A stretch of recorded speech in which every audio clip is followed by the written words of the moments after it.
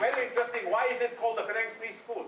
It was a unique institution. 200 years ago, around that time, they had started, they say schools were tied up to religion. They said, let's have a school that is not tied up to religion. And let's call that the free school. It is free from religion. And this was the first such school in Southeast Asia. And so it has a very special, unique meaning in terms of the globe and the world. And of course, people like him graduated from there. He retired from here. He was a columnist and very special. And there are more and more wonderful people like him. We also a special place for people from abroad. Sun Yat-sen, the first president of China, found refuge in Penang, found the greatest support in Penang. He planned his first sort of revolution for the democracy and the democratization of China into a republic and a very, very special place. And it was Penang where he found the greatest support and courage when most people had given up to him. So we were not only ourselves special, but we also were special in the way we helped people. And of course, we have,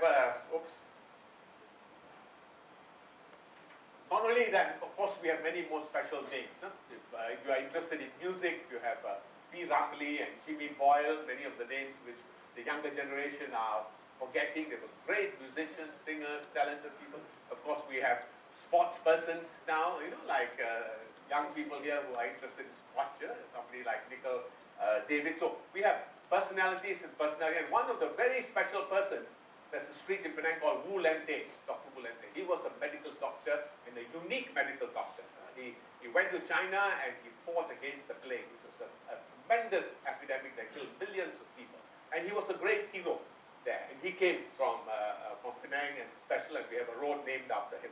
Many of these kinds of wonderful people we must learn to celebrate because they are the ones who give you the passion and the energy.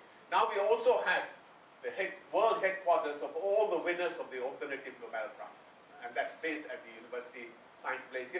It's called the Right Livelihood College with the yin and yang symbol. You can see the yin and yang symbol. Many people think it is yang symbol, there's something Buddhist or something. Actually, it's a scientific symbol of the shadow made by the sun on the earth in 1 year. So it's a very scientific symbol. It shows you the relationship between the heavens and the earth. So it shows you about balance. Balance and harmony with the wonderful lotus inside. The lotus, you know the lotus effect, yeah? How in the most murky water you can get such a beautiful purity coming out. So we have that particular symbol, and this links up these global Alternative Nobel Prize winners with anybody at any university in the world. We are also, interestingly enough, breastfeeding capital of the world headquarters of breastfeeding. We have two institutions here. One is the World Alliance for Breastfeeding Action, which links up all the organizations working. They work in nearly 140, 50 countries. And the people who are trained on laws and codes in the world, the bulk of the people who have been trained the last 20 years, all over the world have been actually trained in Penang. And we have Annalise Allen, who's like a professor of breastfeeding protection, also with us. Yeah? And of course, many other organizations. It's so unique. There isn't a place in the South that has such a diversity of global civic organizations who stand up for rights, who stand up for issues. And I mentioned GATT. It's one of the leading world consumer organizations. IBFAN, which has fought for reform. Sahabat Alam Malaysia on the environment area. IBFAN, the International Baby Food Action, which I mentioned. WABA, the World Alliance. Third World Network, a world-renowned organization about trade issues. Citizens International, that's looking at issues relating to global human rights and justice. And even UPNAT, which is the Asia-Pacific Urban Conservation Heritage Network. That's also based in Penang. And there are many more. It's just an amazing place that Penang, this small place, should be the headquarters of these places. Why? Why? It's always about people, about power, and about passion. And people of Penang have learned how to manage this. And this, I talk about the idea of the power of five as the special quality of Penang that promotes this. What are those five? First is, of course, the power one. Throughout history, people have seen. People have demonstrated one person can change the world. A little action can change the world. Begin with yourself. Yeah? You feel something is important, you just do it. A second person may also do it. Yeah? Because he just does it. So in this way, it just multiplies, and thousands of people just do it because they want to do it. Yeah? And that accumulates, and you find revolutions and you find changes in the world just by the power of one. If you look up, all the great things all began because one one person had the commitment, the passion, they said, I will continue doing it, irrespective of whatever happens. And that's the greatest part, because if you lose that, and Penang has always had the tradition of special individuals that will stand up for things and try and make change and become an example. But also the world is organized where we have to make associations, links, so that we can have even greater power. And that means we link up together, we form organizations, we form groups that can work together on making change. Work together with youth organizations, women's organizations, intergenerational, because you talk about 3G, but all the 3 generations of people. And that way you can make transformational change better. And the art of networking, of bringing people together, building empathy, building trust, all that is very, very special. And Penang has had that particular quality. We have brought people, partly because we are used to managing diversity, we are used to managing tensions. We know that differences are something that we have, and yet we move together, we work together, and we do things together. That's special about Penang, and that's why people who come here say, hey, I want to live in this place. It's very, very special. The third, of course, is the power of information.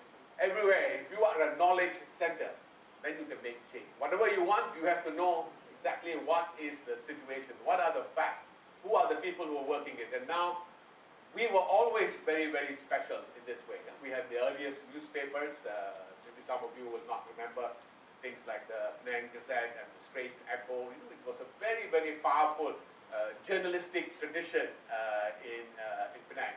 And the oldest library in Southeast Asia is also in Penang. The Penang Library is founded, I think, 2 years before Singapore was founded. Usually when I meet Singapore, I say, oh, you're from Singapore. I say, oh, our library was founded 2 years before. And then, of course, Singapore was also founded from Penang, by Raffles, who actually was here as an assistant, and then he thought Singapore was very interestingly located.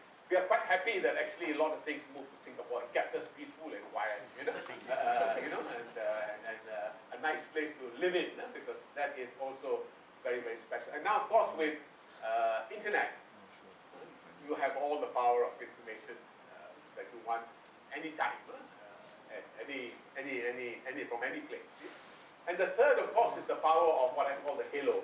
That's all the universal values and global norms in that. And very, very special, like in Penang, because we have drawn from these universal values. And one of the most interesting projects in Penang is the Global Ethic Penang project, where we promoted the street of harmony, we promoted the different religions, ideas of universal values, and especially what is called the Golden Rule.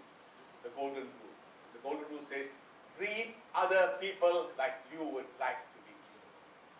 Don't treat other people like you don't want to be treated. And that's a very fundamental. Anything you do, if you think of treating other people as you would like to be treated, you already have a fundamental core rule in life.